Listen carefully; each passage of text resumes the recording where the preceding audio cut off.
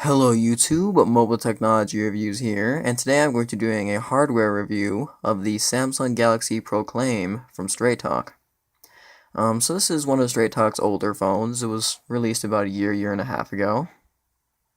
And it's a very budget-oriented Android handset that uses Straight Talk's 3G network. So when this phone was new, it retailed for about 160, 170 bucks, but now obviously you can find it cheaper, as this phone is slightly outdated and an older phone. But just to start off, I'm just going to show you guys my review unit here. As you can see, it is a little bit beat up. There is a bunch of scratches. There's some cracks. It's not in very good shape. It's been abused. This is a loaner. This is not my phone. I'm reviewing it for somebody. So this isn't the perfect example of this phone, but nevertheless, I'm still gonna try my best to do a hardware review of this device.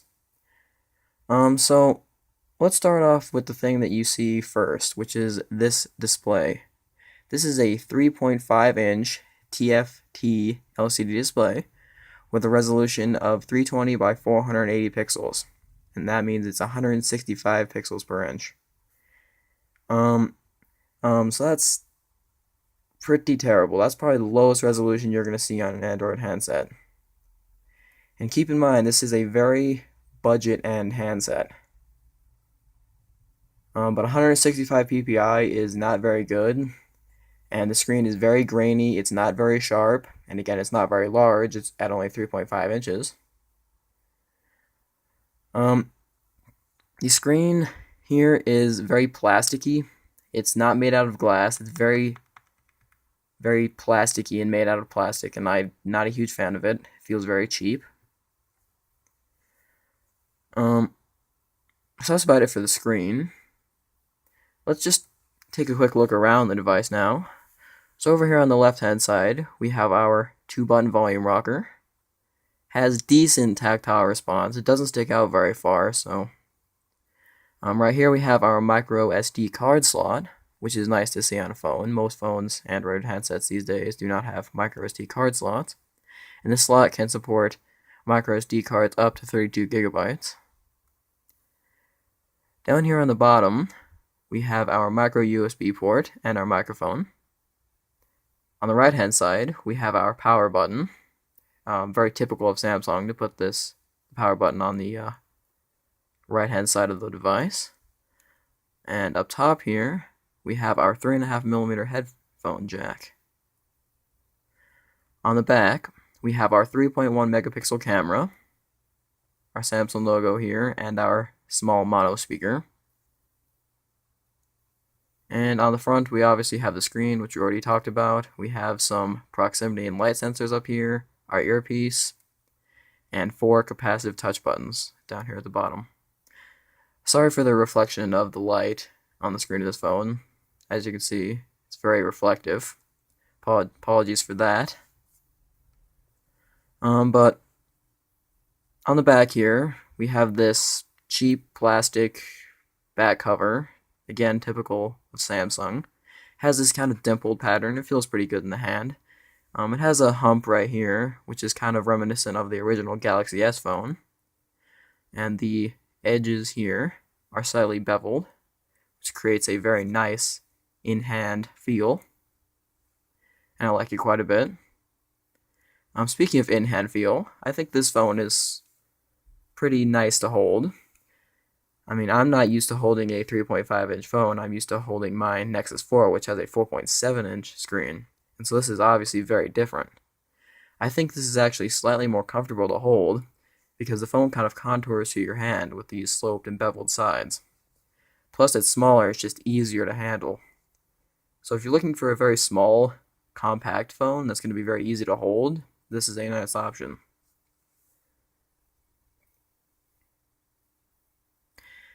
Now let's go ahead and talk about the camera. This camera is 3.1 megapixels, which by today's standards is not very good at all. But on a budget handset like this, that's actually a decent resolution. Most cameras, or excuse me, most phones in this price range come with about a 2 megapixel camera. And I know 3.1 megapixels isn't that much of an improvement over a 2 megapixel shooter. This still does take a lot better pictures. Later I'll have a comparison video between my LG A40G, which has a 2 megapixel shooter, versus this, and you guys can see which takes better pictures. But anyway, this camera is decent at most for this budget handset. It takes average photos. It does record video at VGA, so no HD here, which is expected from such a low-priced Android handset. The speaker down here is very tinny and not very loud. It's just your basic mono speaker. Samsung didn't spend a lot of time working on sound quality with this handset. Power button here feels similar to the volume rocker. Decent tactile response, but I don't think it's raised enough off the surface of the phone. Plus, this power button is downright tiny, and it's very hard to feel, very hard to press because it's so small. Around the sides of this phone, we have a black chrome-like rim that runs around this phone. I think it looks pretty nice. But as you can see right here, it has gotten chipped. So it's not extremely well made, this little chrome surround. It does add some visual interest to the phone though, which I like. The earpiece on this phone produces relatively crisp tones. Phone calls on this are pretty good. Our callers could hear us just fine, and we could hear them just fine. It's not out of this world good, but it's decent, and it'll suit most people's needs as far as call quality goes.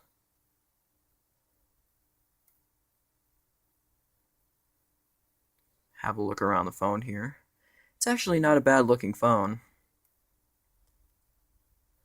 Now let's take a look under the back cover. Right here we have our pry point to rip this back cover off here.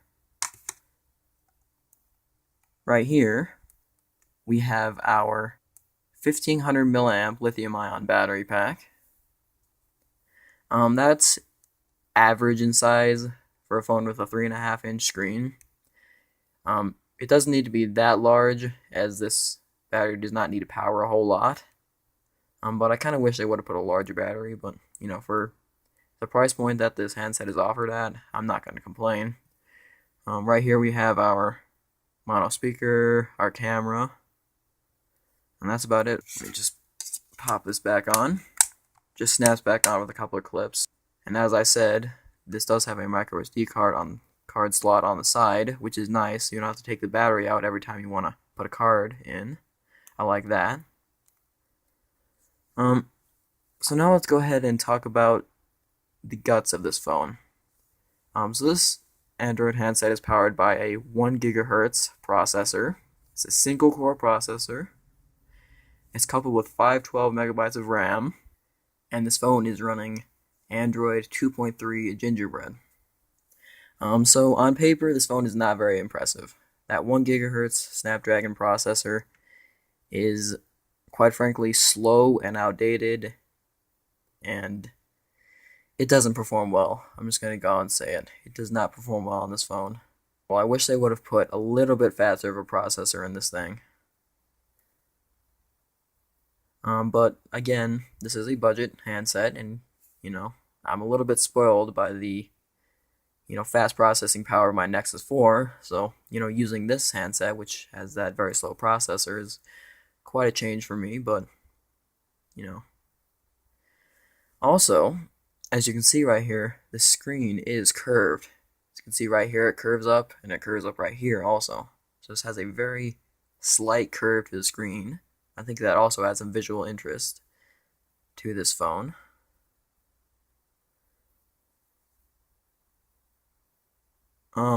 As far as your antennas go, I mean, you've got Wi-Fi, 802.11 BG, no N. Um, you do have Wi-Fi hotspot on this phone. This phone does have Bluetooth. I'm not sure the exact version, but it is an older version. I'm assuming Bluetooth 2.0. Um, as I said earlier in the video, this phone is a 3G phone. It will not work on 4G. This phone has antennas that support 2G Edge and 3G signals over either Verizon or Sprint's network, as this is a CDMA phone, not a GSM phone.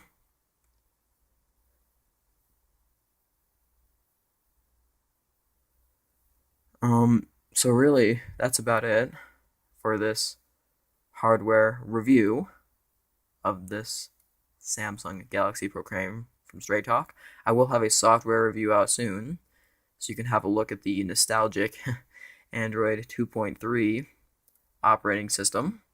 Well, yeah, I hope you liked the video. Catch you guys next time. See ya.